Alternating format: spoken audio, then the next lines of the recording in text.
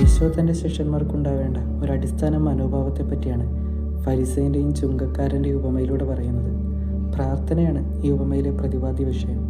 നിയമങ്ങളൊക്കെ കൃത്യമായി പാലിച്ച് ബാഹ്യമായ അനുഷ്ഠാനം മാത്രം വഴി നീതീകരണം പ്രാപിക്കാമെന്ന ഫരിസേൻ്റെ ചിന്ത.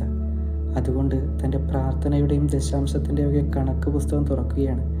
ഉപവാസമൊക്കെ ഇങ്ങനെ എടുത്തു പറയുക. സമൂഹത്തിലുള്ള മറ്റുള്ളവരെയൊക്കെ താഴ്ത്തി കാണിക്കുന്നു. അടുത്തിരുന്ന് പ്രാർത്ഥിക്കുന്ന ചുങ്കക്കാരനെ പുച്ഛിക്കുന്നു. ജെറമ്യാ പ്രവാചകന്റെ പുസ്തകം 13-ാം അധ്യായം 7-ാം വാക്യം, നിങ്ങളുടെ അഹങ്കാരത്തെ ചൊല്ലി എൻ്റെ ആത്മാവ് കരയും. മറ്റുള്ളവർക്ക് മീതെ നമ്മെ ഉയർത്തുന്നതല്ല പ്രാർത്ഥന. ദൈവം നീതീകരിക്കുന്നത് വിനീത ഹൃദയരെയാണ്. ഈശ്വര സാന്നിധ്യം അനുഭവിക്കാൻ നമ്മുടെ ഉള്ളിൽ അഹത്തെ ശൂന്യമാക്കണം. എളിമപ്പെടുന്നത് ഒരിക്കലും ഒരു മനുഷ്യൻ്റെ ബലഹീനതയല്ല. അഹം നിറച്ച ഹൃദയവുമായിട്ട് ഒരിക്കലും ഒരാൾക്ക് ദൈവത്തെ സമീപിക്കാനായിട്ട് സാധിക്കുകയില്ല. അതുകൊണ്ട് നമുക്ക് എളിമപ്പെടാം. മറ്റുള്ളവരോട് കരുണയും സ്നേഹവുമുള്ളൊരു മനോഭാവത്തോടെ ജീവിക്കാനായിട്ട് ശ്രമിക്കാം.